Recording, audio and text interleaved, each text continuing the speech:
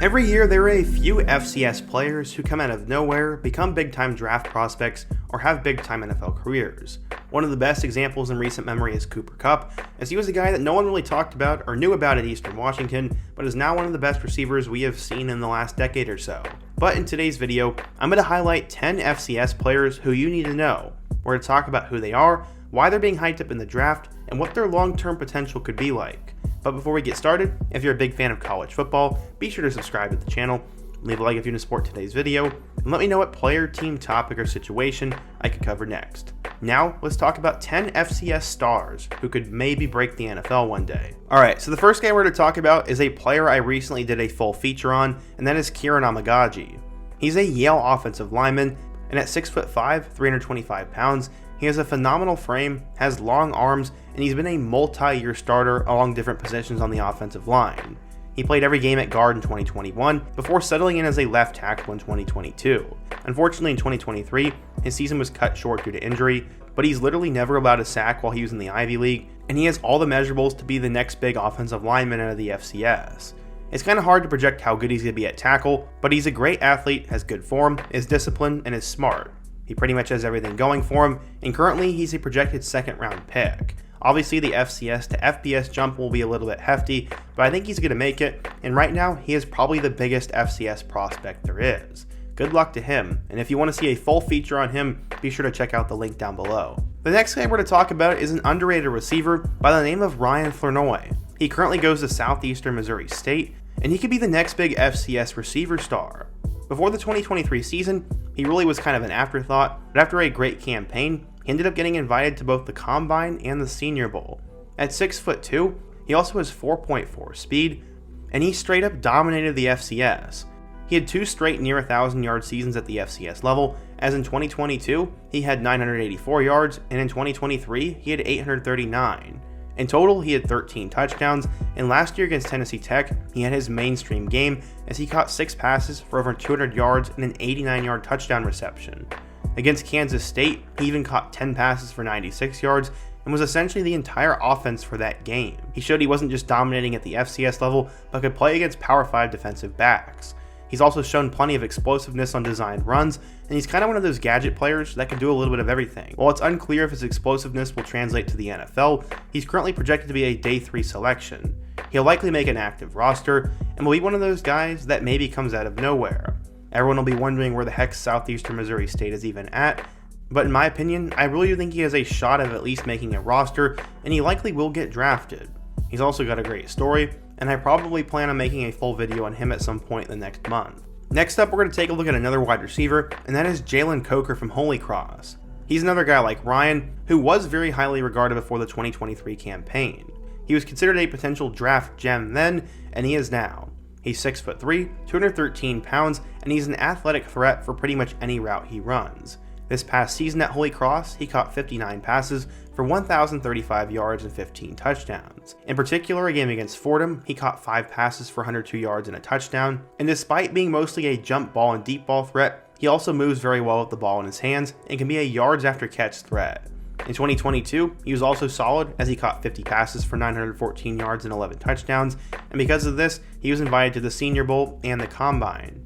While he did measure up a little bit short at the Combine and ran a slower 40-yard dash time, he does have really long arms, which is something that scouts really like. While some scouts were also worried he was just beating up on FCS competition, he apparently really impressed in Senior Bowl workout. He really didn't do a whole lot in the Senior Bowl game itself, and honestly, it's going to be interesting to see if he even gets drafted. He could end up being like Bengals receiver Andre Yoshevus, but he was drafted purely based off his speed. I'm not sure if Coker has what it takes, but he is definitely the second best FCS receiver in this year's draft class. The fourth prospect we're going to talk about is Mason McCormack, who's an offensive lineman for South Dakota State. McCormack was obviously a jackrabbit over the last few years, so he has tasted plenty of success at the FCS level. Both him and his teammate Garrett Greenfield have currently seen their stocks get a ton of hype, and both are likely going to be drafted. McCormack himself, though, is a guard who's 6'4" and 310 pounds, and he largely went unnoticed until his past season.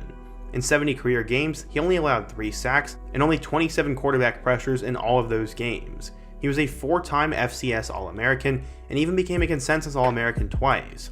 He was All-Missouri Valley all 4 years he played, and was invited to the East-West Shrine Bowl, where he played extremely well and ended up getting an invite to the NFL Combine.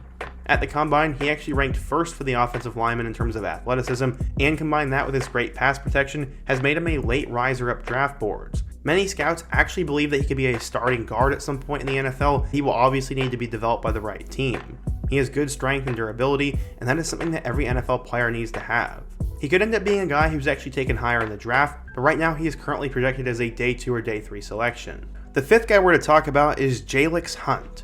He's an edge rusher from Houston Christian, and he's a guy who was blown up. While he was at Houston Christian, he ran a 4.64 40-yard dash time and has a 1.6 second 10-yard split. This means he has extreme explosiveness, has a great vertical jump, and then put up 19 reps on the bench.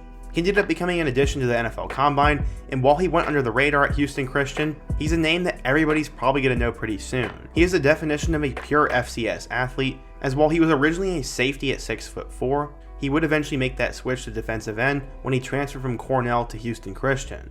He ended up bulking up to 250 pounds, and then this past season, he had 29 tackles, 8 sacks, and 19 quarterback hurries.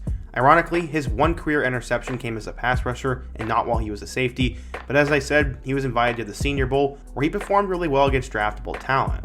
While he does have a lot to learn about being an edge rusher, he still has a unique background where he was both a safety and a defensive end, which makes him one of the more intriguing prospects in the draft, and someone who'll probably go day 3. Up next, we get to another wide receiver, and that's Jank from South Dakota State. He is another jackrabbit on this list, and he'll look to make an impact as a potential undrafted free agent or a 7th round player.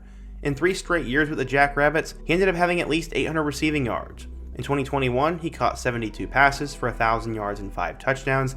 Then in 2022, he had 60 catches for 857 yards and 9 touchdowns alongside Tucker Kraft. And then this year, as the main guy, he caught 51 passes for 800 yards and 5 scores. It's clear the FCS could do nothing to stop him, and he also has good size at 6'2" and 200 pounds. Given how big he is, it was no surprise he was played as an outside receiver, as he has great knowledge of route running and also had an ability to find soft spots in zone coverage. He also has good hands and good enough speed to make him viable on the outside, and he'll probably be a guy who goes late in the draft or signed as a priority undrafted free agent. It would be really easy to compare him to a guy like Adam Thielen, but honestly he's more of an outside receiver and is someone who will probably be a preseason standout or a practice squad legend. Up next on the list, we need to talk about Christian Boyd from Northern Iowa. He's a defensive lineman and a Senior Bowl standout who has played for the Northern Iowa Panthers the last few years. At 6'2" and 320 pounds, he is prototypical size for a nose tackle. He's also shown a pretty good ability to rush the passer, as he had 22.5 tackles for loss and 10.5 sacks during his career. He also had 5 pass breakups as a defensive lineman, showing his ability to get his hands up and make plays on the line of scrimmage. He shows great power for his position, as he is easily able to push centers around and he pulls double teams all the time.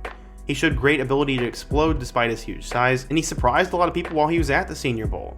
The one downside to him is his short arms, which might end up prevent him from being drafted as high, but he has shown the ability to handle double teams at the FCS level really well, has shut down a ton of running plays, has shown out at the Senior Bowl, and has a good body of work. He'll probably end up being a day 3 selection, but could go a little bit higher if a certain team falls in love with his potential. At number 8, we need to talk about a guy who I previously mentioned, and that is Garrett Greenfield. He is the 3rd South Dakota State player on this list, and he has a chance of going pretty high in this year's draft. Greenfield has perfect tackle size at 6'7" and has been an absolute menace for years now. He has experience at both left and right tackle, and he's one of the more versatile offensive linemen in the entirety of the class. His huge size helps him dominate edge rushers at the FCS level and paved the way for their great running backs and for them to win the entirety of the FCS. Not only that, but he's been a great pass blocker, and at the East-West Shrine Bowl, he completely dominated. He moves really well and has a good enough technique to be coached into a good starting NFL tackle. His performance at the Shrine Bowl, combined with a great showing at the NFL Combine, currently has him rising on some NFL draft boards. He set the box jump record for an offensive tackle at 38.5 inches, and while it's tough to see how athleticism will transfer at the tackle position, it does show he has a lot of power in his legs, proving he'll be able to move all the way around the field and block pretty much anybody. He'll likely be a solid NFL backup right away, and he has the possibility of being a starter down the road. I see him as a day 2 pick. Up next, we have our first running back on the list, and that is Dylan Labe. He's currently a running back from New Hampshire, and he isn't the only big name coming from New Hampshire. Their quarterback Max Brosmer has transferred to be the starting quarterback for Minnesota this fall, but Labe has a chance at making the NFL right now. For running back, he has good size at 5'10", and in total, he's rushed for 2,700 yards. He averaged a first down every other carry and scored 29 touchdowns during his time at New Hampshire.